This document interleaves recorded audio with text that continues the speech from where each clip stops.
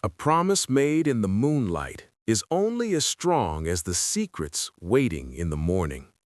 Part 1 ended with a vow, a breathless kiss, and a commitment to face the future together. But as Chapter 6 begins, the high-flying world of a billionaire CEO doesn't stay quiet for long. The arranged marriage he tried to walk away from isn't just a contract, it's a trap. As Davis and the CEO step out of the shadows and into the light of day, the consequences of their elevator encounter begin to spiral. In this final half, the stakes shift from stolen glances to a battle for survival. Can a love born in a moment of rebellion survive the weight of two different worlds colliding? The CEO chose his heart over his business. Now, he has to deal with the fallout. Chapter 6. I should have known Tuesday would be a disaster. It started fine, woke up in Liam's arms, had breakfast, he made eggs again, which was apparently his only cooking skill, went to work together in his town car like we were a normal couple doing normal things. Except we weren't normal. Normal people didn't have lawyers filing restraining orders against vengeful socialites. Normal people didn't have their boyfriend's security team doing background checks on their parents' neighbors. By 10 a.m., I was drowning in work that Marcus kept bringing me, reports to review, calls to screen, meetings to schedule. Apparently, being Liam's executive assistant meant actually assisting with executive things, which would have been fine except I had no idea what I was doing.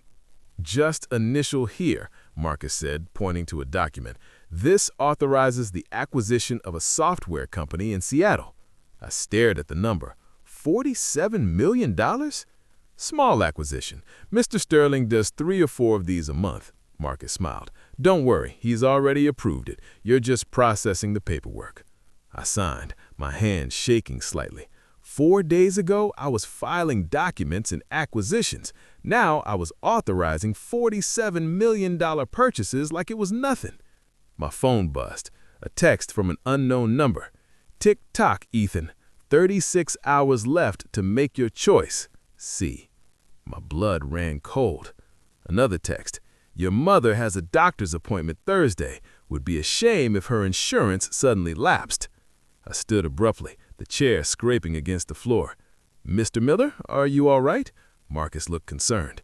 I need to use the bathroom. I didn't go to the bathroom. I went to the stairwell, the one place in the building where I knew there weren't cameras, and called my mom. She answered on the second ring. Ethan, honey, this is a surprise. Is everything okay? Yeah, Mom. I wanted to check on you. How are you feeling? Oh, I'm fine. A little tired, but the new medication is helping. She paused. Actually, something strange happened today. The pharmacy called and said all my prescriptions are suddenly covered at 100%, no copays. They said some kind of trust fund is paying for it. Liam, he'd already done it. That's great, Mom. Ethan, do you know something about this? Because the woman on the phone mentioned Sterling Corp, and I know that's where you work. It's probably just a company benefit, new healthcare plan or something. Well, it's a blessing, that's for sure. Your father and I were worried about how we'd afford the increase. Your voice softened. How are you doing, sweetheart? We saw all that news about Mr. Sterling. The whole neighborhood is talking about it. I'm fine, Mom. Everything's fine. You sound stressed. Just busy with work, new position, lots to learn. Well, don't work too hard. And Ethan, she hesitated, if you ever need to come home, you know you can, right? Your room is still here. My throat tightened. I know, Mom. I love you. Love you too, sweetheart. I hung up and leaned against the concrete wall, trying to breathe. Liam had protected them. He'd done exactly what he said he would. So why did I still feel like the walls were closing in? Because Chloe wasn't going to stop. She'd proven that with her texts. And Liam's protection only went so far. What if she found another way? What if she hurt them just to hurt me? My phone buzzed again. Another unknown number. I have photos of your apartment, the one in the Bronx. Your roommate Josh looks like a nice guy. Be a shame if something happened to him. No.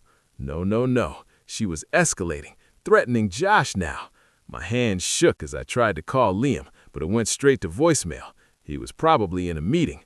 Another text. You have one choice, Ethan. Leave NYC tonight. Take your parents with you. I'll even help you relocate. Or stay and watch everyone you love suffer.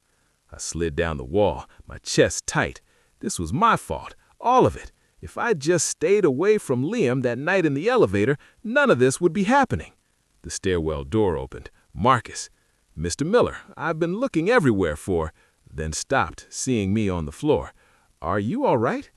I need to talk to Liam, right now. He's in a board meeting. It's scheduled until noon. I don't care. I need to see him. Marcus studied me for a moment, then nodded. Follow me. He led me to the boardroom on the 47th floor. Through the glass walls, I could see Liam at the head of a massive table, surrounded by older men in expensive suits. His grandfather was there too, looking angry about something. Marcus knocked once, then opened the door. Sir, I apologize for the interruption, but Mr. Miller needs to speak to you urgently. Every face in the room turned toward me. Liam's grandfather's expression was pure contempt. Liam stood immediately. Excuse me, gentlemen. We'll resume in 15 minutes. Liam, we're in the middle of... His grandfather started. 15 minutes. His voice was ice. Marcus, clear the room. I'd never seen people move so fast. Within 30 seconds, the boardroom was empty except for me and Liam. He crossed to me, his hands immediately finding my face. What's wrong? What happened? I showed him the text. I watched his expression go from concern to furious in the space of a heartbeat. She's threatening Josh now, I said, my voice breaking. She's threatening everyone I know. Liam, I can't let this happen. I have to leave. No. His grip tightened. Absolutely not. I don't have a choice. She's going to hurt them. She's not going to hurt anyone because I'm going to stop her. He pulled out his phone, dialed. James, it's Sterling. I need a security detail on an address in the Bronx. He rattled off my apartment address from memory. And I need another team on my parents' house in Queens. Anyone approaches, I want to know about it. Yes, immediately. He hung up and looked back at me. Done. Your apartment and your parents' house are both under surveillance. If Chloe or anyone connected to her comes within a block, we'll know. That's not enough. She's connected, Liam. She has money. She has debt. His voice was sharp. And I have her family's financial records. Every fraudulent loan, every forged document, every illegal transaction. He cupped my face, forcing me to meet his eyes. I told you I would protect you. I meant it. But what if...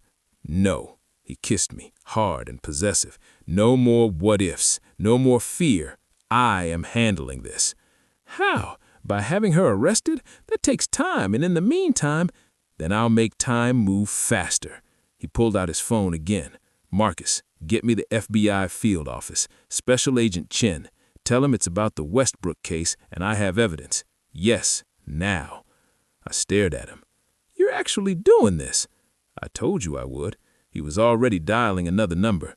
Now sit down before you pass out. You look pale. I sank into one of the boardroom chairs, my head spinning. Liam paced by the windows, his phone pressed to his ear, and I heard fragments of conversation. Financial fraud spanning 7 years. Falsified loan applications to at least 4 banks. Yes, I can have the documents delivered within the hour. He wasn't bluffing. He was actually turning her family over to the FBI. For me. He ended the call and returned to where I sat, kneeling in front of me so we were eye level. The FBI is opening an investigation, he said quietly. By this time tomorrow, Chloe is going to have much bigger problems than revenge. She'll be too busy trying to keep her parents out of prison. Liam, this is nuclear. She threatened you. She threatened your family. His eyes were hard. What did she expect? That I'd just let her? Most people would try negotiation first. I'm not most people. He took my hands. And you're not most people's boyfriend. You're mine, which means you get the full force of everything I am when someone tries to hurt you. That's terrifying. That's love. He kissed my knuckles. Terrifying, obsessive, burn down the world love. Still want to leave? I looked at him. This impossible, dangerous, brilliant man who just sicked the FBI on someone for threatening me. No, I whispered. I don't want to leave. Good. He stood, pulling me up with him, because I'm not done yet. We're going to your apartment right now. You're going to pack up everything important. Josh is going to come stay at my place until this blows over. You can't just move my roommate into your penthouse. Watch me. I have 5 bedrooms. He can pick whichever one he wants. Liam was already texting someone, probably Marcus. And your parents, I want them out of Queens, somewhere safe. They're not going to leave their house because of some threats. They will when I explain that your son's girlfriend, ex-fiancé, is currently being investigated by federal agents for financial crimes and has been making terroristic threats. His smile was sharp. Trust me, they'll pack. This is insane. This is Tuesday. He kissed my forehead. Come on, let's go get your stuff before Chloe realizes how fucked she actually is. The ride to the Bronx was tense. Liam sat beside me, his hand on my thigh, his other hand on his phone, coordinating what looked like a small military operation. Security team is already at your building. 2 in the lobby, 2 outside. If Chloe shows up, they'll detain her until police arrive. You're bringing an army to my shitty apartment building. I'm protecting what's mine. He squeezed my thigh. And it's not shitty. It's where you grew up. That makes it important. God, I love this man. We pulled up to my building, a 6-story walk-up that had seen better days around 1970. Sure enough, there were 2 men in dark suits loitering by the entrance, earpieces visible, looking wildly out of place. This is going to be so weird for my neighbors, muttered. Your neighbors are going to feel very safe today, Liam cried out, offering me his hand. Come on. We made it to my 4th-floor apartment without incident. I unlocked the door to find Josh on the couch, staring at his phone with wide eyes. Ethan, dude! He jumped up. There are security guys in our lobby with earpieces. What the hell is going on? Josh, this is Liam. Liam, Josh. I gestured between them. And it's a long story. Josh looked at Liam, then at me, then back at Liam. Holy shit, you're actually dating him. I thought maybe the news was exaggerating, but you're actually Dating him, yes. Liam extended his hand. Nice to meet you, Josh. Sorry about the security. There's been some complications. Complications? Josh shook his hand, still looking dazed. What kind of complications require armed guards? The kind where my ex-fiancé is threatening Ethan and everyone he knows, Liam said bluntly, which is why you're both packing bags and coming to stay at my place until the FBI finishes their investigation. Josh turned to me. FBI? Ethan, what the hell have you been doing? Falling in love with someone whose ex is criminally insane, I said weakly. Can we pack now and have the breakdown later? This is the breakdown. But Josh was already moving toward his room. Fine, but I want the full story, with details, all the details. Liam smiled slightly. I like him. Of course you do. He's loud and chaotic. You probably find it entertaining. I find you entertaining. He pulled me close. Now pack. I want you and Josh out of here in 20 minutes. It took 30 minutes, but we managed it. I stuffed clothes and toiletries and my laptop into a duffel bag while Liam stood by the window, watching the street like he expected Chloe to materialize with a weapon. Josh emerged with his own bag, still looking shell-shocked. So we're just moving into a billionaire's penthouse? That's happening? Temporarily, I said. Permanently if I have my way, Liam added. Ethan's not coming back here. It's not safe. It's my home. It's a 4th-floor walk-up with no security and locks that a 12-year-old could pick. His voice was firm. You're not staying here, Ethan, not while she's a threat. So what, I just move in with you after 4 days? Yes. He turned to face me. That's exactly what you do, unless you have a better suggestion? I didn't, and honestly, the thought of sleeping alone in my apartment while Chloe was out there making threats made my skin crawl. Fine, I said, but I'm keeping this place. I'm not giving up my lease. Keep it. I don't care. He picked up my duffel bag like it weighed nothing. As long as you're sleeping in my bed every night, you can keep as many apartments as you want. Josh made a strangled sound. You guys are insane. Like clinically insane. You know that, right? Yep, I said. Absolutely, Liam agreed. Now let's go. I have your parents to relocate next. My parents were surprisingly calm about the whole thing. Well, my mom was calm. My dad looked like he wanted to punch something. "Let me get this straight," Dad said, sitting in their small living room while Liam's security team waited outside. "Some rich girl is threatening our family because you're dating her ex-fiancé?" "Essentially, yes," Liam said. He insisted on coming with me to explain in person. "And I take full responsibility. Ethan got caught in the crossfire of my family's drama." "And you want us to leave our home?" Mom asked. "Just temporarily, until the FBI completes their investigation." Liam leaned forward, his elbows on his knees. "Mr. and Mrs. Miller, I know we just met. I know this sounds insane, but your son means everything to me, and I will not take chances with his safety, or yours." My dad studied him for a long moment. "You're serious about him?" "I'm in love with him," Liam said simply, "and I'd burn down my entire empire before I'd let anything happen to him." Mom's hand flew to her chest. "Oh my." "Dad," I started, but he held up a hand. "I'm not done." He looked at Liam. "You hurt my son, and I don't care how many billions you have. I will find a way to make your life hell. Understood?" Liam's smile was genuine. "Understood. Though for the record, hurting Ethan would hurt me more than anything you could do." "Good answer." Dad stood, offering his hand. "All right, Maria, start packing. Looks like we're taking an unexpected vacation." "Where are we going?" Mom asked. "I have a property in Vermont. Quiet, secure, no one will know you're there." Vermont. The word echoed in my head. Vermont, where everything was about to go very, very wrong. Chapter 7.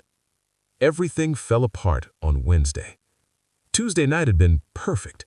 My parents were safely relocated to Liam's Vermont property, a cabin that turned out to be a 6-bedroom house with a view of the mountains.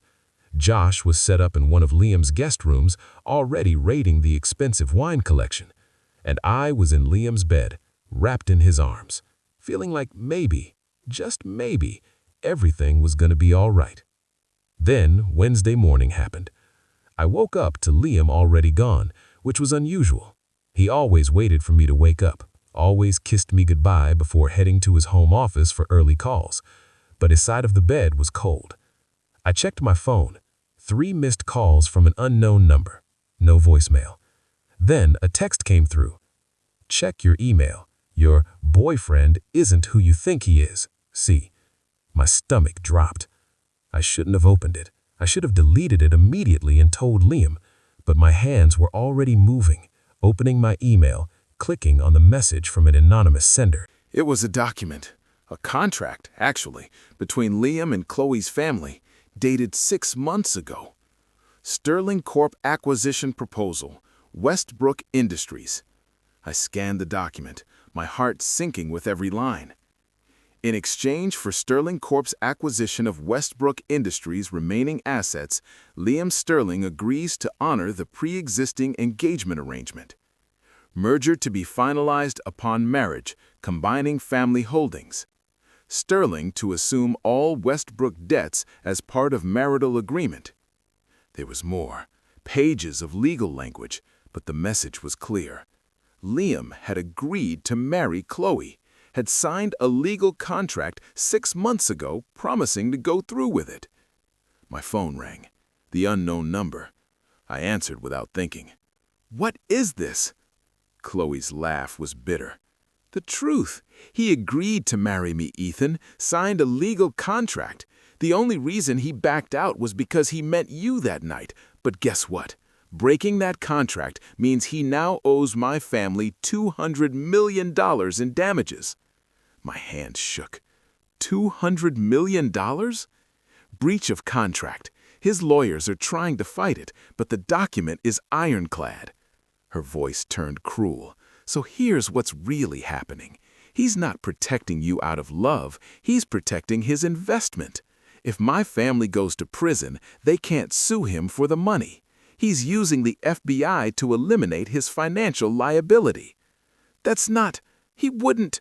"Come on, Ethan. You've known him for 5 days. You're a nobody from the Bronx. You really think a billionaire CEO fell in love with you? Or did he see an opportunity to get out of a bad deal? My chest was tight. I couldn't breathe. "I'm sending you proof," she continued. "Emails between Liam and his lawyers. They're discussing the Ethan strategy. How dating you gives him grounds to break the engagement contract. How your relationship is the perfect excuse." My email pinged. Another message. More documents. I saw my name over and over again. The relationship with Miller provides necessary justification for contract termination. Public nature of the affair strengthens our position. Recommend continuing the relationship until litigation is resolved. No, this couldn't be real. "He's using you," Chloe said softly. "And when the lawsuit is settled, when my family is safely in prison and can't sue him anymore, he'll drop you like yesterday's trash. You're just a convenient excuse, a pawn in a billionaire's game." The phone slipped from my hands.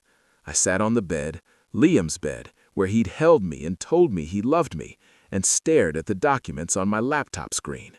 It couldn't be true. Liam wouldn't. He chose me. He'd canceled his engagement, told his family to fuck off, come out to his entire company. But the documents looked real. The emails had timestamps, legal letterhead, everything. My phone buzzed. Another text from Liam. "Meeting running long. Miss you. L." Miss me. Or miss his convenient excuse to get out of a $200 million lawsuit. Another text from Chloe. "Your parents are in Vermont, right? A shame if they found out their son is being used. Or maybe they already suspect. Maybe that's why you moved them, so they wouldn't ask too many questions." No, she was twisting everything, making me doubt everything. But the documents. My phone rang again. Josh, from the guest room. "Ethan? Dude, there's some weird guy in a suit asking for you. Says he's a lawyer. I didn't let him in, but he's insisting." "I'll be right there." I pulled on clothes, jeans, a t-shirt, not the expensive stuff Liam had bought me, and walked to the penthouse entrance with my heart hammering. A man in his 50s stood in the hallway, briefcase in hand. "Ethan Miller?" "Who are you?" "David Chen. I'm an attorney with Westbrook Family Services." He offered a business card I didn't take.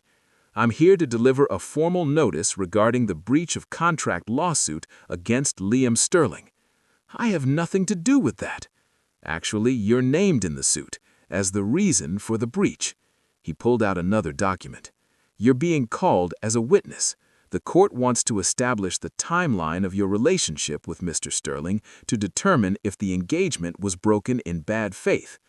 My stomach turned. "I'm not testifying against him." "You may not have a choice. If you're subpoenaed—" He paused, studying my face.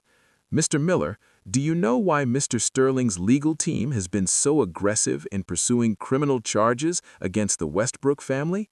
Because they threatened me. Partially, but also because if the family goes to prison, they can't sue him for the $200 million. Convenient, isn't it?" He set the document on the hallway table. "I'm not saying Mr. Sterling doesn't care about you, but I am saying you should ask yourself what happens when the lawsuit goes away, when you're no longer useful." He left. I stood in the hallway, staring at the document, my mind racing. Josh appeared beside me. "Ethan? What's going on?" "I need to make a call." I called my parents. Mom answered, sounding happy. "Ethan, this house is beautiful. Your father's already talking about teaching Liam how to fish." "Mom, I need you to pack up, now." "What? Honey, what's wrong?" I can't explain, but I need you and Dad to leave Vermont. Today, right now. Ethan, you're scaring me. Please, Mom. My voice cracked. Please, just trust me. Pack everything. I'm going to send you money for a hotel. Just get out of there. Silence. Then, okay, sweetheart. We'll pack, but you need to tell us what's happening. I will. I promise. Just leave. Now. I hung up and stared at my phone, at the emails, at the contract, at everything that suddenly felt like a lie. Maybe Chloe was right. Maybe I was just a pawn. Or maybe she was manipulating me. Maybe the documents were fake. Maybe. My phone buzzed. Liam. Finally out of this meeting. Heading home now. Can't wait to see you. L. I had maybe 20 minutes before he got back. 20 minutes to decide if I was going to confront him or run. Josh was watching me from the living room doorway. Man, whatever's happening, you look like you're about to do something stupid. I swallowed hard. I think I need to leave. Leave? Leave where? Here, NYC, all of it. I was already moving toward the guest room where I'd left my duffel bag. I need to get my parents and go somewhere Chloe can't find us, somewhere Liam can't. I stopped. Somewhere Liam couldn't find me. Was I really about to run from the man who told me he loved me, who'd protected my family, who'd held me every night like I was the most precious thing in his world? But what if it was all a lie? What if Chloe was right? Ethan, Josh followed me, you're spiraling. Whatever that lawyer said, whatever documents you saw, talk to Liam first. Don't just run. I can't. I was throwing clothes into the bag, my hand shaking. If I talk to him, he'll convince me to stay. He's good at that. He's good at making me believe. That he loves you? Josh grabbed my arm, stopping me. Because from where I'm standing, the dude is obsessed with you. Like genuinely, terrifyingly obsessed. That's not something you fake. People fake things for $200 million. What? I showed him the documents, watched his expression change from confusion to understanding to anger. Fuck. Ethan, this could be fake. Chloe could have fabricated all of this. Or it could be real. And I can't stay and find out. I can't watch him realize I'm not useful anymore and throw me away like your dad threw away your mom's birthday gifts when money got tight? Like your high school girlfriend dumped you when she found out you were poor? Ethan, you're not that kid anymore, and Liam Sterling is not those people. You don't know that. Neither do you. So talk to him. Show him the documents. Ask him to explain. If he lies, you'll know. If he tells the truth, you'll know. But don't run before you give him a chance. I wanted to listen. God, I wanted to believe Josh was right. But my phone buzzed again. Another email from the anonymous sender. He's 5 minutes away. If you're going to run, run now. Because once he gets his hands on you again, he won't let you go. See. Terror shot through me. She was right. If I stayed, if I confronted Liam, he'd talk me out of leaving. He'd explain everything in that voice that made me believe anything, and I'd stay. And maybe he'd be telling the truth. Or maybe I'd spend weeks or months falling deeper in love with him, only to have him discard me when I was no longer useful. I couldn't survive that. Not after finally feeling like I mattered to someone. I have to go, I said, zipping the bag. I have to get my parents and go somewhere safe, just until I can think clearly. Ethan, tell him. I stopped. What could I possibly say? Tell him I'm sorry. I grabbed my bag and headed for the service elevator, the one the cleaning staff used, the one that didn't require going through the main entrance where Liam would see me leaving. Josh followed. This is a mistake. You know it's a mistake. Maybe, but it's my mistake to make. The elevator arrived. I stepped inside. Josh stayed in the doorway. He's going to lose his mind when he realizes you're gone. I know. The door started to close. That's what I'm counting on. If he really loves me, he'll find me. And if he doesn't, then Chloe was right all along. The doors closed. I made it to Grand Central Station before the panic truly set in. My parents were already on their way to a hotel in New Jersey, neutral ground, nowhere Liam or Chloe would think to look. I drained my savings account, all $3,000 of it, and bought 3 bus tickets to Burlington, Vermont, not Liam's property, a small town 2 hours away, somewhere I could think, somewhere I could figure out what was real and what was manipulation. My phone was exploding with calls. Liam, Marcus, even Josh. I turned it off. If I heard Liam's voice, I'd break. I'd go running back to the penthouse and beg him to tell me it wasn't true, that I mattered, that I was more than a convenient excuse. The bus pulled away from the station at 2:47 p.m. By 3 p.m., I was watching Manhattan disappear behind me and crying silently into my jacket sleeve. By 3:30 p.m., Liam was probably arrived home to an empty penthouse. And by 4 p.m., based on the 17 missed calls before I turned off my phone, he'd realized I was gone. 3:15 p.m., his penthouse. I knew something was wrong the moment I walked in. The air felt different, empty, wrong. "Ethan?" I called out. Silence. "Ethan?" Louder now, walking toward the bedroom. Josh emerged from the guest room, his expression guilty. "Where is he?" I asked, my chest already tight. "He left." The world tilted. "What do you mean he left?" A lawyer showed up from the Westbrook family, and Chloe sent him some documents, emails, a contract. Josh held up his hands. "I tried to stop him, tried to tell him to talk to you first, but he was convinced you were using him, that you only dated him to get out of some lawsuit." I went very, very still. What document? Josh showed me his phone, screenshots Ethan had sent Josh, the acquisition proposal, the emails discussing relationship strategy. Rage flooded my system, white hot and consuming. "These are fake," I said flatly. I figured, but Ethan didn't know that. He thought, "Where did he go?" My voice came out deadly calm. "I don't know. He wouldn't tell me. Just said he was getting his parents and going somewhere safe." He swallowed hard. "He said if you really loved you, you'd find him." I pulled out my phone, already dialing. "Marcus, I need you to track Ethan's phone. I don't care if it's off. Use GPS history. Also check all transportation hubs, buses, trains, rental cars, and pull all security footage from this building for the past hour. I need to know which direction he went." I hung up and turned back to Josh. "How long ago?" 30 minutes, maybe 40. 40 minutes. He'd been running for 40 minutes while I was stuck in a goddamn meeting. My phone rang. Marcus. "Sir, his phone is off, but the last GPS ping was Grand Central Station. He was looking at bus routes to Vermont before the phone went dark." Vermont, where I'd sent his parents. Smart. He'd go somewhere familiar, somewhere I thought I wouldn't look. "Get me a helicopter," I said, "and the address of every hotel, motel, and rental property within 100 miles of Burlington. I want local PI firms on standby. And Marcus, sir, I want Chloe Westbrook arrested today. Those documents she sent were fabricated evidence designed to interfere with a federal investigation. Add witness intimidation to her charges. Consider it done." I hung up and looked at Josh.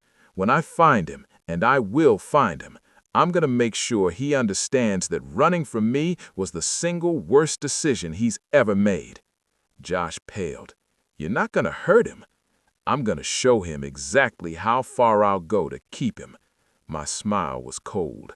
"He wants to know if I really love him. Fine. Let's see how he feels when he realizes I'll burn Vermont to the ground to find him." 7:30 p.m., a motel outside Burlington. The motel was exactly the kind of place I remembered from my childhood. Cheap, slightly dingy, with walls so thin you could hear conversations in the next room. But it was cash only and didn't ask for ID, which was exactly what I needed. My parents were in the room next door, confused and worried, but trusting that I knew what I was doing. I didn't know what I was doing. I sat on the rough bedspread, my phone still off, staring at the wall. Had I made a mistake? Josh's words echoed in my head. If he really loves you, he'll find you. But what if he didn't come? What if Chloe was right and I was just a convenient excuse? What if right now he was already moving on, relieved to be rid of the complication I represented? My chest ached. I loved him. God, I loved him so much it felt like my ribs were cracking from the pressure. But love wasn't enough if it wasn't real, if it wasn't mutual, if I was just another acquisition to him. Someone knocked on the door. My heart stopped. "Ethan? Honey, it's Mom. Can we talk?" I opened the door. My parents stood in the hallway, looking worried and exhausted from the bus ride. "Come in," I said quietly. They sat on the bed while I leaned against the dresser, my arms crossed. "Are you gonna tell us what's going on?" because we've been very patient, but moving us out of a beautiful house in the middle of the night and onto a bus to Vermont requires some explanation. So I told them everything. The elevator, the penthouse, the engagement, Chloe's threats, the documents, all of it. When I finished, Mom was crying. Dad looked like he wanted to punch someone. "So, let me get this straight," Dad said slowly. "You fell in love with a billionaire who says he loves you back, but his ex-fiancée sent you fake documents to make you think he's using you, and you, instead of talking to him, ran." Put that way, it sounded incredibly stupid. "I was scared," Mom asked gently. "Of what?" "Of being wrong. Of investing everything in someone who doesn't actually want me." The words caught at my throat. I've spent my whole life being not enough, not rich enough, not smart enough. Enough, not worth keeping, and Liam made me feel like I was everything. But what if it was a lie? What if I fell for it and then he threw me away? Oh, sweetheart. Mom stood, crossing to pull me into her arms. I understand being scared, but running doesn't answer the question. It just prolongs the fear. Your mother's right, Dad added. If this Liam really loves you, you need to give him a chance to prove it. If he's using you, you'll find out. But Ethan, he stood, his hand on my shoulder. From everything you've told us, that man has been obsessed with you from day one, has protected you, protected us, turned his whole life upside down for you. That's not nothing. But the documents could be fake, probably are fake if this Chloe woman is as desperate as you say. Dad squeezed my shoulder. Talk to him. Show him what she sent. Give him a chance to explain. I wanted to. God, I wanted to turn my phone back on and call him and beg him to come get me. But what if he didn't come? I can't, I whispered. Not yet. I need time to think.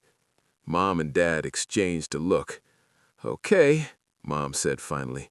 We'll give you tonight, but tomorrow we're talking about this again.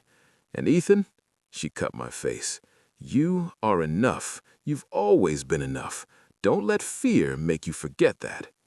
They left, closing the door softly behind them. I sat on the bed, staring at my dark phone screen. Tomorrow. I'd decide tomorrow. Tonight, I'd just sit in this cheap motel room and try not to think about how Liam's arms had felt around me, how he'd whispered that he loved me, how he'd looked at me like I was his entire world, and I'd try not to wonder if I had just made the biggest mistake of my life. Chapter 8. I didn't sleep that night.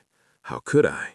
Every sound in the motel made me jump, thinking it was Liam, thinking he'd found me somehow. Part of me wanted him to. Part of me was terrified he would. By 6 a.m. Thursday morning, I was sitting on the bed, staring at my still dark phone when someone knocked. Not my parents. This knock was different, firm, authoritative. My heart hammered. Who is it? Silence. Then, Ethan. Opened the door. Liam. My entire body went hot and cold simultaneously. He'd found me. In less than 24 hours, he'd tracked me to a cash-only motel outside Burlington, Vermont. I know you're in there, he continued, his voice muffled through the cheap door. I could see the light, and I've been standing outside your parents' room for the past 10 minutes waiting for them to fall back asleep, so don't pretend you're not there. I stood on shaking legs and crossed to the door. My hand hovered over the lock. How did you find me? Credit card records. Your parents used their card at a gas station in Jersey. Traffic cameras picked up your bus. Local PIs checked every motel within 50 miles. His voice was strained, exhausted. Open the door, Ethan. I need more time. You've had 18 hours. That's 18 hours too long. A pause. Please, I'm not leaving until we talk, and I'd rather not have this conversation in a parking lot where your parents can hear. He had a point. I unlocked the door. Liam stood in the early morning light looking like he'd been through hell. His suit was wrinkled. Liam's Sterling suit was wrinkled. His tie was gone. and his hair looked like he'd been running his hands through it for hours. Dark circles shadowed his eyes. He looked at me like I was water, and he'd been dying of thirst. "Can I come in?" he asked quietly. I stepped back, and he entered, the door closing behind him with a soft click.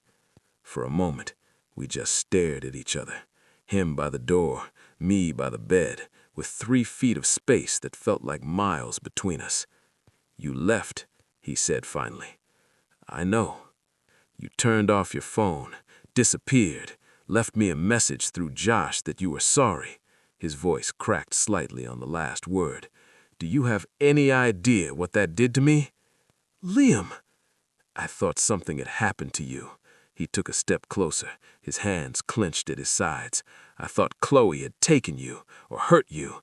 I had Marcus coordinate with the FBI, local police, private security. I had a helicopter in the air within 30 minutes, and the entire time, all I could think was that I'd failed you, that I hadn't protected you well enough." Guilt twisted in my chest. "I didn't mean to." "Then why?" Another step. "Why did you run instead of talking to me?" I pulled out my phone, still off, and turned it on. The screen lit up with notifications. 47 missed calls from Liam, 32 texts, 6 voicemails. I opened my email and showed him the documents that Chloe had sent. "Because of these," I said quietly. I watched his expression change as he read, from confusion to understanding to absolute fury. "These are fake," he said flatly. "Are they?" His eyes snapped to mine. "You're asking me if I fabricated a relationship with you to get out of a lawsuit? I'm asking if any of this was real." The words burst out of me. "I'm asking if I was just convenient, if dating me publicly gave you an excuse to break your contract, if I was just another business strategy." "A business strategy?" He laughed, but there was no humor in it. "You think what we have is a business strategy?" I don't know what we have. I've known you for less than a week, Liam. And in that week, you've canceled your engagement, come out to your company, moved my entire family, and had your ex-fiancé investigated by federal agents. That's not normal. No, it's not. He closed the distance between us in 2 strides. It's obsessive. It's excessive. It's completely fucking insane. But it's real, Ethan. It's the most real thing in my entire life. How am I supposed to believe that when he kissed me? Hard and desperate and furious, his hands in my hair, his body pressing mine backward until I hit the wall. It was anger and relief and terror all mixed together. When he finally pulled back, we were both breathing hard. "That contract?" he said, his forehead against mine. "I refused to sign it. 6 months ago, when the Westbrook family tried to bind me legally to the engagement, I told them no. They had their lawyers drafted anyway, hoping I'd cave. I never signed. But the document is a draft, unsigned. Chloe or her lawyers added my signature digitally and sent it to you." His hands framed my face. "And the emails about relationship strategy, those were fabricated. Yes, my lawyers are using our relationship as evidence that the engagement was coerced and not entered in good faith. But I didn't create our relationship for that purpose. The legal strategy came after, not before." I searched his eyes, looking for any sign of deception. "How do I know you're telling the truth?" "Because I flew to fucking Vermont on 2 hours of sleep to find you." His voice broke. "Because I've spent the past 18 hours losing my mind thinking I'd lost you. Because I love you, you stubborn, terrified, beautiful idiot. I love you." Tears spilled down my face. "She said you'd get bored, that I was just a nobody you'd throw away when the lawsuit was settled." "Then she doesn't know me at all." He wiped my tears with his thumbs. "Because I don't get bored with you. I get more addicted. Every day I learn something new, how you take your coffee, what makes you laugh, the face you make when you're concentrating, and every day I fall deeper. That's not sustainable. You can't build a relationship on obsession." "Watch me." His smile was sad. "I know it's too much. I know I'm too intense, but Ethan, I've spent 32 years being controlled, being told who to be and what to want. And then I met you, and for the first time, I wanted something that was just mine. Not my grandfather's choice, not the board's approval, mine. I'm not a possession. No. You're a person I'm desperately in love with, who apparently doesn't trust that I mean it. He stepped back, running his hands through his hair. So tell me, what do I have to do? What proof do you need? I don't know, I whispered. Then let me show you. He pulled out his phone, made a call. Marcus, I need you to send Ethan the original contract drafts, the ones I refused to sign. Yes, all of them. And the correspondence with Westbrook's lawyers where I explicitly told them to fuck off. Everything. Send it now. He hung up. My phone buzzed almost immediately. A flood of emails from Marcus. I opened them with shaking hands. Email after email of Liam refusing the engagement contract, threatening to sue if they tried to enforce it, telling his own lawyers that he'd rather lose money than marry Chloe. The dates were all from months ago, long before he met me. You really didn't sign it, I breathed. I told you. He took my phone, gently, set it aside. I was already looking for a way out before that night in the elevator. You didn't give me an excuse to leave her. You gave me a reason to finally burn it all down. But the emails about relationship strategy were sent to me, not from me. My lawyers were proposing it as a defense. I never approved it. He showed me his phone, a response to his legal team dated Wednesday afternoon. Our relationship is not a legal strategy. Do not refer to it as such in any further correspondence. If you can't defend me without using Ethan, find a different approach. L. Fresh tears fell. Oh my God, I'm such an idiot. No, you were scared. But Ethan, you can't run from me. I can't survive it. When I came home and you were gone, I thought I'd lost you. I'm sorry. I'm so sorry.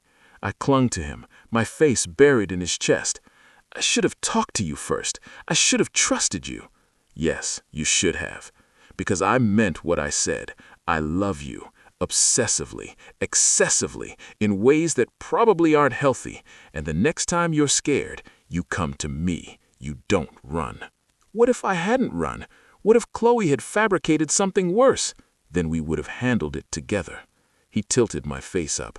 That's what this is, Ethan. Us, together. Not you protecting yourself from me, not me handling everything alone. Together. I don't know how to do that. I've always handled things alone. Then learn. He kissed my forehead. Because I'm not letting you go. Ever. So you'd better get used to having someone in your corner. You're so dramatic. About you? Always. He pulled back to look at me properly. Now pack your stuff. We're going home. What about my parents? Already arranged. My driver is picking them up in 2 hours to take them back to the Vermont house, the one I actually own, not this motel. Seriously, Ethan, this place? It was cheap and didn't ask questions. You're dating a billionaire. Cheap is no longer a concern. He picked up my duffel bag, started throwing my scattered clothes into it. From now on, if you need to run from me, which you won't, you at least do it in a 5-star hotel. That defeats the purpose of hiding. Good. Then don't hide. He zipped the bag closed, turned to face me. I don't want secrets between us. I don't want you second-guessing this. So I'm going to say this once, and you're going to believe me.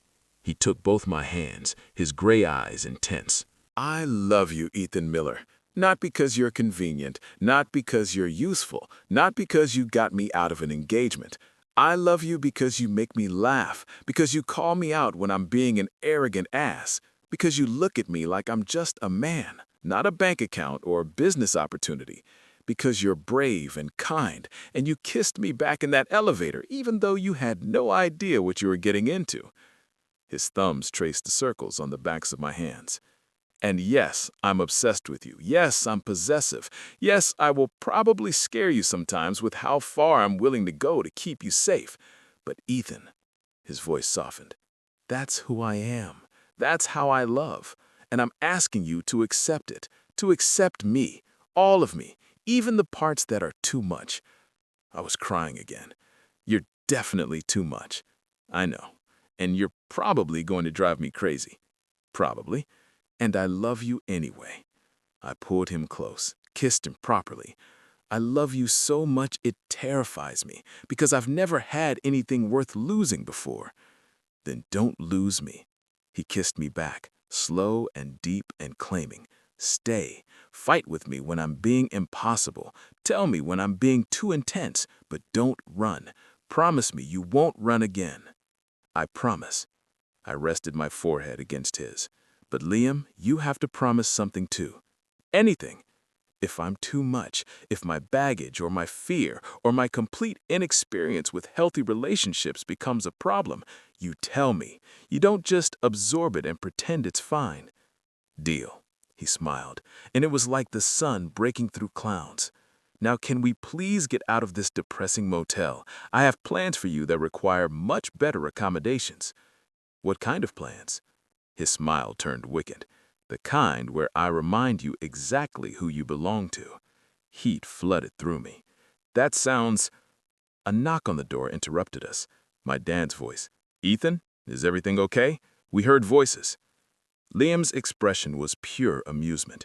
"Should we tell them I flew here in a helicopter to drag you back to New York?" "Let's maybe leave out the helicopter part." I opened the door to find both my parents standing there in their pajamas, looking worried and confused. "Ethan?" Mom asked. Then she saw Liam. "Oh." "Mr. and Mrs. Miller?" Liam offered a professional smile despite his wrinkled suit and exhausted eyes. "Sorry for the early morning disturbance. I needed to speak with your son." Dad looked between us, taking in our red eyes and emotional state. "Everything okay?" "Yes, sir. There was a misunderstanding, some fabricated documents that made Ethan think I was using him." Liam's hand found mine, squeezed.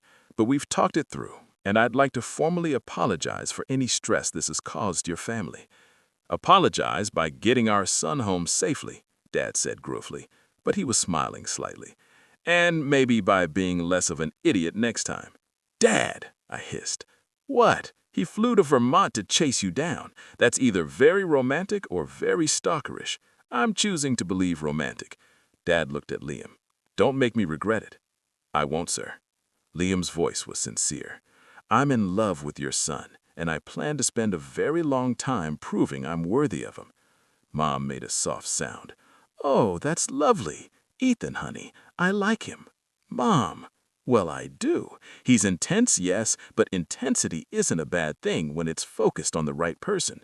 She kissed my cheek. "Go home with him. We'll be fine here." "Actually," Liam interjected, "my driver will be here in 2 hours to take you back to the house in Vermont, the one with the view, not this establishment." "Oh, thank God," Mom said. "I was trying to be polite, but this place has questionable carpet stains." Dad laughed. "Come on, Maria. Let's let them have their dramatic reunion in peace." They disappeared back into their room, and I turned to Liam. "My parents are insane. Your parents are wonderful. Now come on, helicopter's waiting." "You actually brought a helicopter." "You actually ran to Vermont. We're both dramatic. Now let's go home." The helicopter ride back to New York was surreal. Liam held my hand the entire time. His thumb traced patterns on my skin like he needed the constant contact to believe I was real. "What happens now with Chloe?" I asked over the sound of the rotors. "The FBI arrested her this morning. Federal charges for fabricating evidence and interfering with an investigation." His expression went cold. "She's going to prison, Ethan, for a long time." "And the lawsuit?" "Dismissed. The contract was never valid because I never signed it. My lawyers are also pursuing charges against her legal team for ethics violations." He squeezed my hand. "It's over. She can't hurt you anymore." I should have felt relief. Instead, I just felt exhausted. "Hey," Liam tilted my face toward his. "You okay?" "I don't know. I feel like I've been running on adrenaline for a week and it's finally catching up." "Then sleep, Ethan. We're going straight to the penthouse. You're taking the day off, and I'm not leaving your side." "Don't you have work?" "I'm the CEO. I'll delegate. Right now, my only job is making sure you're okay." I closed my eyes, letting his warmth and the steady thrum of the helicopter lull me into exhaustion. Just before I drifted off, I heard him whisper, "I've got you. I'll always have you." And for the first time since Wednesday morning, I believed him. We landed on the roof of Sterling Corp Tower just after 9 a.m. Liam half-carried me to his private elevator, keeping me upright as my exhaustion hit full force. "Almost there," he murmured. The elevator opened into his penthouse. Josh was on the couch, eating cereal and watching the news. "Oh, thank God," he said when he saw us.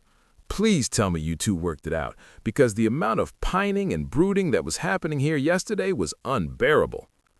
"We worked it out," I confirmed. "Good, because I have a date tonight and I need advice on what to wear, and you're the only person I know who's dating a literal billionaire." Liam smiled. "The guest room is yours as long as you want it, but right now I'm taking Ethan to bed." "It's 9 a.m. "To sleep, Josh. He hasn't slept in 36 hours. "Oh, right, that makes sense." Josh waved us off. "Go, sleep. I'll order food for later." Liam guided me to the bedroom, helped me out of my clothes, and tucked me into his massive bed. Then he stripped down to boxers and climbed in beside me. "Sleep," he ordered softly. "I've got you." I curled into his warmth. "I love you." "I love you too." He kissed the top of my head. "And Ethan, next time you're scared, you talk to me first. Deal?" "Deal." "Good boy." I was asleep within seconds. Chapter 9. I slept for 14 hours straight. When I finally woke up, it was 11 p.m. Thursday night, and Liam was sitting in a chair beside the bed, laptop balanced on his knees, working by the light of a single lamp. "You're still here," I said groggily. He looked up immediately, a smile crossing his face. "I told you I wasn't leaving your side. How do you feel?" "Like I got hit by a truck. A very expensive, emotionally complicated truck." "That's fair." He closed the laptop and crossed to the bed, sitting on the edge. "Hungry?" My stomach growled in response. "I'll take that as a yes." He pressed the intercom button on the nightstand. "Josh, can you heat up the food Marcus brought earlier?" "Thanks." "You had Marcus bring food?" "Marcus brings everything. He's disturbingly efficient." Liam's hand found mine. "We need to talk about what happens next." My chest tightened. "That sounds ominous." "Not ominous, just necessary." He took a breath. "The FBI wants to interview you about the threats Chloe made, the documents she sent. It's all evidence for their case against her." "When?" "Monday. They're giving you the weekend to recover." His thumb traced circles on my hand. "I'll be there with you, and my lawyers. You won't be alone." "What's she being charged with?" "Wire fraud, witness intimidation, interference with a federal investigation, and attempted extortion." His expression hardened. "If convicted on all counts, she's looking at 15 to 20 years. I absorbed that. Chloe Westbrook, society princess, woman who'd been threatening my family just days ago, was going to prison. "And her family?" I asked. "Her parents are being charged separately for the financial fraud. Their assets have been frozen pending investigation." He paused.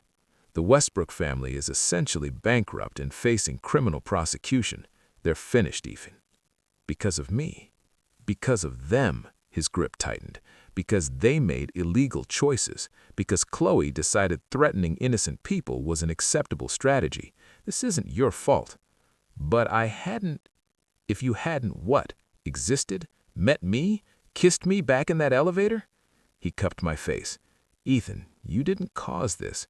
You didn't force Chloe to drug me. You didn't force her family to commit fraud. You didn't force her to threaten your parents. She made those choices, and now she's paying the consequences."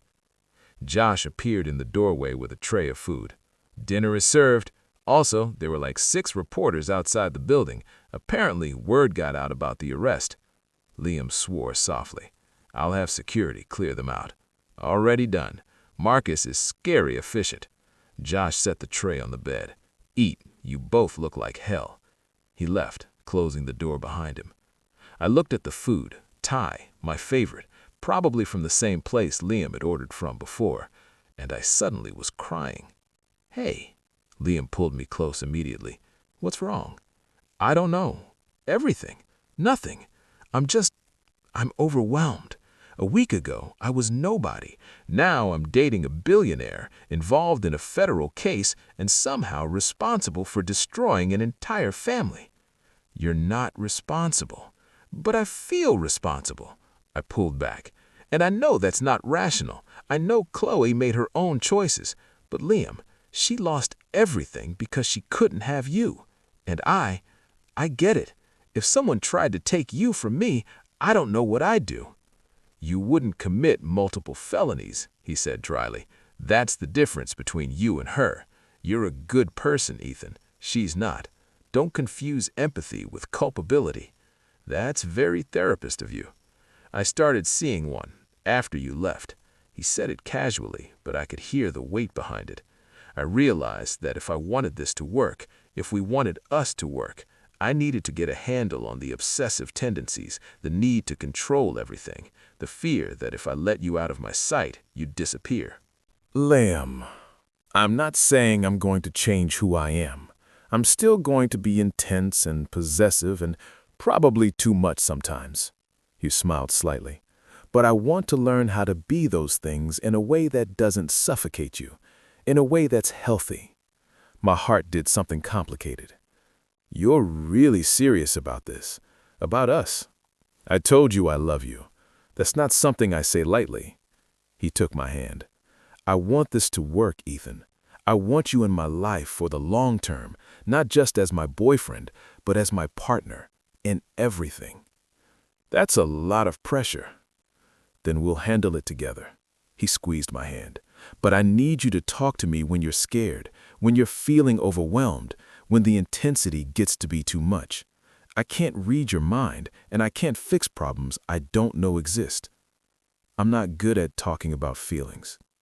Neither was I until I met you, he smiled. We'll learn together. We ate in comfortable silence for a while, the city glittering outside the windows. It felt normal, domestic, like maybe, just maybe, we could actually make this work. What happens Monday? I asked eventually, after the FBI interview. You go back to work, I go back to running the company. We figure out our new normal. He set down his fork. Though I should warn you, the press is going to be interested in our relationship for a while, especially after the trial. Trial? Chloe's criminal trial. It'll probably be 6 months to a year before it goes to court, but when it does, our relationship will be examined, scrutinized. There will be questions about how we met, the timeline, everything. My stomach turned. I have to testify? Probably, as a witness to her threats. He moved the food tray aside and pulled me into his lap. But I'll be there. My lawyers will be there. You won't face it alone. I hate this. I know, he kissed my temple. But Ethan, after this, after the trial and the media circus and all of it, we'll have peace. No more threats, no more drama. Just us, figuring out how to be together. You really think it'll be that simple? No, it'll be complicated and messy and probably involve more therapy sessions than I'd like. His smile was soft. But it'll be worth it, because you're worth it. I kissed him then, slow and sweet, trying to pour everything I felt into it. Thank you. I love you. I'm sorry. I trust you. When we finally pulled apart, he was smiling. Better? He asked. Getting there. I rested my head on the shoulder. Tell me something good, something that has nothing to do with lawsuits or arrests or drama. He thought for a moment. Your mom called me today. I jerked upright. What? She wanted to make sure you were okay, and to thank me for the house in Vermont. His smile widened. She also told me that if I hurt you, she'd find a way to poison my food that would be undetectable and slow-acting. She did not. She absolutely did. Your mother is terrifying. I respect it. He pulled me back against him. Your dad also called, wanted to know my intentions. Oh, God. I told him I intended to marry you eventually, when you're ready. He said, good answer, and hung up. My heart stopped. You told my dad you want to marry me? Eventually, when you're ready. He said it so casually, like it was already decided. Is that a problem? We've been dating for a week. 8 days, technically. He kissed my neck. But I'm not proposing tomorrow. I'm just stating my intentions. I'm in this for the long term, Ethan. I want you to know that. That's insane. That's us. He pulled back to look at me. Are you freaking out? A little bit. Want me to take it back? I thought about it, really thought about it, about Liam saying he wanted to marry me someday, about building a life together, about being with him not just for months, but for years. No, I said finally. I don't want you to take it back, but maybe we could, I don't know, date for more than 8 days before planning a wedding? Deal. His smile was brilliant. So you're not running again? No more running, I promise. I kissed him. Even when you're being impossible. Especially when you're being impossible. That's when you need to stay and call me out. Now come on, we're taking a shower and then you're getting a proper night's sleep. Tomorrow, we start figuring out our actual life together. No more crisis mode. Just regular life? Regular billionaire life with excessive security and occasional media intrusion, he grinned. But yes, regular. 3 months later. The trial started on a cold Monday in February. I sat in the courtroom, Liam beside me, his hand gripping mine under the table as the prosecution outlined their case against Chloe Westbrook. Wire fraud, witness intimidation, attempted extortion. The charges were read one by one, each carrying years of prison time. Chloe sat at the defense table, looking nothing like the polished socialite I'd first seen. Her hair was pulled back severely, her face pale without makeup, wearing a simple suit instead of designer clothes. She looked small, defeated. When she met my eyes across the courtroom, I saw hatred, pure, burning hatred. Liam's hand tightened on mine. You okay? He whispered. Yeah, and surprisingly I was. She can't hurt us anymore. No, he agreed. She can't. The trial lasted 3 weeks. I testified for 2 days, recounting the threats, the documents, the terror I'd felt for my family's safety. Liam's lawyers were brilliant, turning every question into an opportunity to demonstrate the calculated nature of Chloe's actions. When the verdict came in, guilty on all counts, I felt nothing but relief. Sentencing was set for 2 months later. The prosecution was asking for the maximum, 20 years. We left the courthouse to a sea of reporters and camera flashes. Mr. Sterling, how do you feel about the verdict? Mr. Miller, are you satisfied with the outcome? Will this affect your relationship? Liam's security team guided us through the crowd to the waiting car. Once inside, he pulled me close. It's over, he breathed. It's really over. Yeah, I kissed him. Now what? Now? His smile was wicked. Now I take you home and show you exactly how I feel about this being over. That sounds promising. That sounds like I'm not letting you out of bed for at least 24 hours. Liam, we both have work tomorrow. I'm the CEO. How delegate? He kissed me deeply, thoroughly, possessively. You're mine for the next 24 hours. No interruptions, no crisis. Just us. Just us, I agreed. And for the first time since that night in the elevator, it really was just us. No threats hanging over our heads, no drama waiting around the corner, just 2 people figuring out how to love each other in all the messy, complicated, beautiful ways that came with it. 1 month later, March. I have a surprise for you, Liam said one Saturday morning. I looked up from my coffee, suspicious. What kind of surprise? The good kind. Get dressed. We're going out. 20 minutes later, we were in his town car heading toward Sterling Corp. Why are we going to the office on a Saturday? I asked. You'll see. He led me inside the empty building, through the lobby where we'd first walked hand in hand to the elevator bank, the same elevator where everything started. Liam, what? He pressed a button. The doors opened. We stepped inside, and suddenly I was transported back to that night. The small space, the heat between us, the moment everything changed. 8 months ago, Liam said as the doors closed, I stumbled into this elevator drugged, angry, and convinced I was going to marry someone I hated. It hasn't been 8 months, it's been 4. Shh, I'm being romantic. He pulled me close. And then I crashed into you, this terrified file clerk with cheap soap and coffee on his breath. And in that moment, everything changed. Liam, let me finish. He reached into his pocket. You told me once that if I really loved me, you'd find me. And I did. I flew to Vermont. I tracked you down. I proved that I wasn't letting you go. My heart started hammering. But I realized something over the past few months. He pulled out a small box, a ring box. Ethan Miller, will you marry me? The elevator hung suspended between floors, just like it had that first night. But this time, I wasn't terrified. I wasn't running. I was home. Yes, I whispered. Yes, you insane, obsessive, beautiful man. I'll marry you. His smile was incandescent. He slid the ring onto my finger, then kissed me like he was trying to memorize the moment, deep and claiming and full of promise. When we finally pulled apart, we were both crying.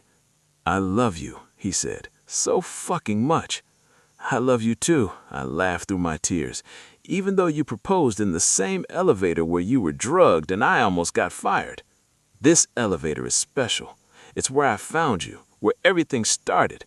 He kissed me again, and now it's where we're beginning the rest of our lives. The elevator started moving again, carrying us upward. Where are we going? I asked. The roof. His smile turned mischievous. I have champagne waiting, and a photographer, and possibly your parents who I flew in this morning. You planned all this? I've been planning this for 2 months. He squeezed my hand. I was waiting for the trial to end, for the drama to be over, for us to have a moment of peace where I could ask you without anything hanging over our heads. You're ridiculous. I'm in love. He kissed my forehead. There's a difference. The elevator opened onto the roof where my parents were indeed waiting, along with Josh, Marcus, and a photographer.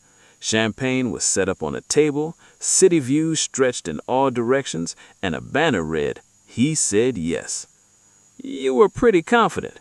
I know you, and I knew you'd say yes, because what we have, it's forever, Ethan, whether you're ready to admit it or not. I'm ready, I said, looking at the ring on my finger, at the man beside me, at the life we were building together. I'm finally ready. Good. His arms tightened. Because I'm never letting you go. You're mine now, legally, officially, forever. Forever sounds perfect. Then it's a good thing we're just getting started. Epilogue. 1 year later. Ethan, have you seen my left pocket of your jacket? I called from the kitchen. The one you threw on the bed last night. I heard him rummaging. Then, found it. You're a genius. I've lived with you for 2 years. I know where you lose things. Liam appeared in the kitchen doorway, adjusting his cufflinks. What would I do without you? Lose every important document you own and probably your mind. He crossed to where I stood, making coffee, pulled me into his arms. Probably, but that's why I married you. Someone has to keep me sane. Debatable whether I'm succeeding at that. You're definitely succeeding. He kissed me thoroughly, making me forget about the coffee. I love you. I love you too. Now go before Marcus has a coronary. He left, and I heard the elevator ding as he departed. I stood in our kitchen, our penthouse, our home, and smiled. 1.5 years ago, I'd been nobody. Now I was CFO of Sterling Corp's Acquisitions Division, married to the man I loved, and happier than I'd ever imagined possible. My phone buzzed, a text from Liam. Already miss you. Can't wait for tonight. I'm taking you home and not letting you leave the bedroom. L. I texted back, promises, promises. Try to focus on your meeting. E.